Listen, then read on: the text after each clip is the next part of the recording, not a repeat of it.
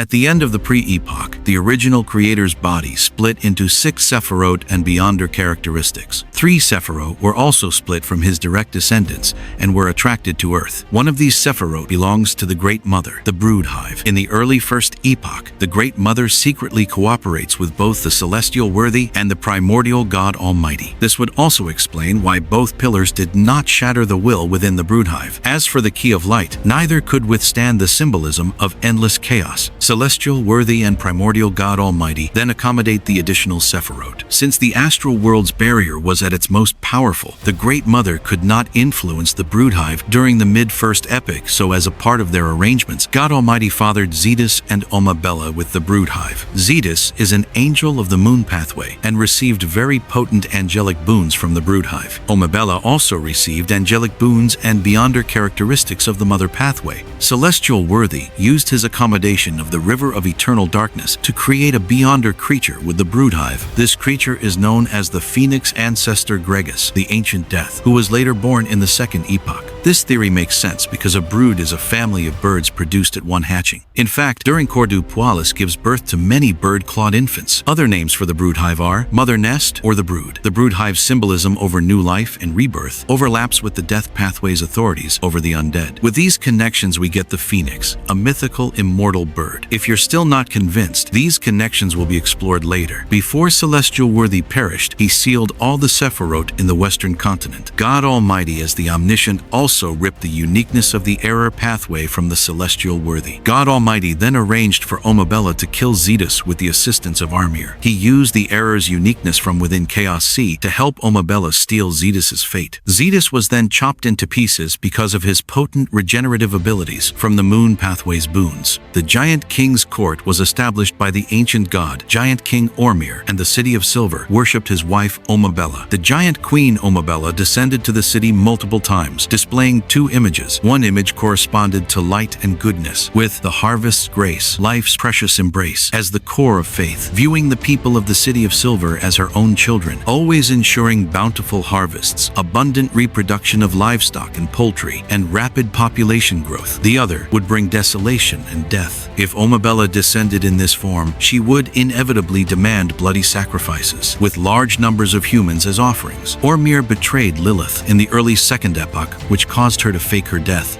After the ancient sun god awoke from the Chaos Sea, he was affected by God Almighty's godhood and reclaimed his authorities from the ancient gods. God Almighty probably arranged for Ormir to escape and pass on the Twilight Beyonder characteristics to his son Badhail. This forced Grisha to make an arrangement around Omabella so they could claim Badhail's Beyonder characteristics and uniqueness for Evernight. He used the error's uniqueness to steal Omabella's fate and identity and replaced her with Lilith. This event was concealed by Amonises. Amonises then kept the moon's uniqueness to keep Lilith's death concealed. Omabella died, but because of her deep mystical and symbolic connection as the eldest daughter of the Brood Hive, she was mysteriously resurrected by the Brood Hive, who used its authorities over Rebirth and their boon connection from within the seal. Because Ormir was defeated, the City of Silver was filled with anxiety and unease. On a night without the crimson moon, the giant queen Omabella appeared outside the City of Silver. This time, she did not descend directly, but walked over step by step. She was in poor condition. She asked the believers of the City of Silver to perform a ritual, sacrificing half of their people to help her replenish her life force. However, they betrayed and killed her. Her corpse had no beyonder characteristics due to Lilith, but still carried the immense authority as a boon recipient. The City of Silver completely buried this history and even converted their belief to the ancient sun god. They didn't tell Grisha the true origin of the divine-level sealed artifact gift of the land. The City of Silver was able to survive in the forsaken land of the gods due to its effects, but it also came with a curse. It turned dying citizens of the city into evil spirits unless killed by their family members. The curse and her second identity of desolation and death confirm that she stole Zetus's fate, because the moon pathway can increase the negative energy and spirituality of a region to release monsters and evil spirits. Its authority also includes fertility and proliferation. The nail in the coffin comes from the fact that the residents of the City of Silver undoubtedly knew it was Omabella, without even a hint of doubt or raising any objections. This is only possible because Omabella had 2 identities. After her original identity was stolen, she resurrected with Zetus's identity. Gregace also survived the battle against the ancient sun god. This was only possible because she gained authority over the door pathway after Celestial Worthy perished, and in the Second Epoch, the River of Eternal Darkness was the first Sefirot to seep out from the seal and form a distributary through Gregace. Using her authority over the door and death pathways, she created the Underworld. These events were undoubtedly influenced by the Celestial Worthy, who needed Gregace to complete the arrangements involving the Brood Hive and Omebella. During the Fourth Epoch, Salinger managed to kill Gregace and became Death. He placed the corpse within the Underworld and told Azek that the body of the Phoenix Ancestor held some secrets. Before Klein went to sleep, he released the Transmigrators. He was probably influenced by the Celestial Worthy, which caused one of the Transmigrators, Aurore Lee, to transmigrate within the body of Roche Sanson, a believer in the Circle of Inevitability. Aurore Lee was then arranged by Grisha Adam, who was also influenced by God Almighty to find Lumion and move to Cordu. She received a knowledge infusion from the Hidden Sage, who was corrupted by the Brood Hive, and gained the knowledge to summon the contract creature, White Paper. White Paper contained the amniotic fluid that nurtured Omebella, and it quickly merged with Cordu's environment. Months later, Madame Poilus shows up to Cordu and births Omebella and Zetus with the Padre. Poilus makes the Padre kill Omebella to fulfill the symbol of her first death caused by the ancient sun god. Celestial Worthy influences April Fools to give Aurore the soul summoning spell created by the Sanson family. This caused Roche's soul to surface, causing Aurore to experience mental instability. She makes contact with the Sanson family and converts Cordu to inevitability. The ritual commenced, the villagers perished, Termaboros and the soul fragments were sealed within Lumion. Within these soul fragments is Zetus. These arrangements would explain why Celestial Worthy expected assistance from the Great Mother within the dream. However, she changed her mind and decided to focus on the arrangements with God Almighty. The arrangements involving Gregace were therefore abandoned. In the Underworld, Gregace's corpse is laying eggs currently incubating Omabella. When Lumion visited the Underworld, he resonated with the egg due to Omabella's bloodline. The plan was to nurture a bird-clawed infant with undead traits, an aura of the Underworld, Omabella's bloodline, and boons from the Great Mother, and use the resonance to merge with the creature inside the egg, controlling it from the source, or completing its catalysis. When Omabella was finally born again, the Great Mother was able to use the strengthened mystical connection to descend on Earth. Because of this mystical connection, Lilith, who had stolen Omabella's fate in the past, couldn't maintain her state and was put to sleep by the Evernight goddess. God Almighty benefited from these arrangements because it forced Grisha to accommodate the Chaos Sea, presenting him with the best resurrection opportunity. The Great Mother's arrangements left behind many traces, which were exploited by Lumion during the apocalypse. For example, he used his symbolism as the mother of both Zetus and Omabella, Gregace's egg from the Underworld and the gift of the land, to harm the Great Mother. This was definitely a combined arrangement between God Almighty and the Celestial Worthy to delay the Great Mother's accommodation of the Brood Hive before their revival.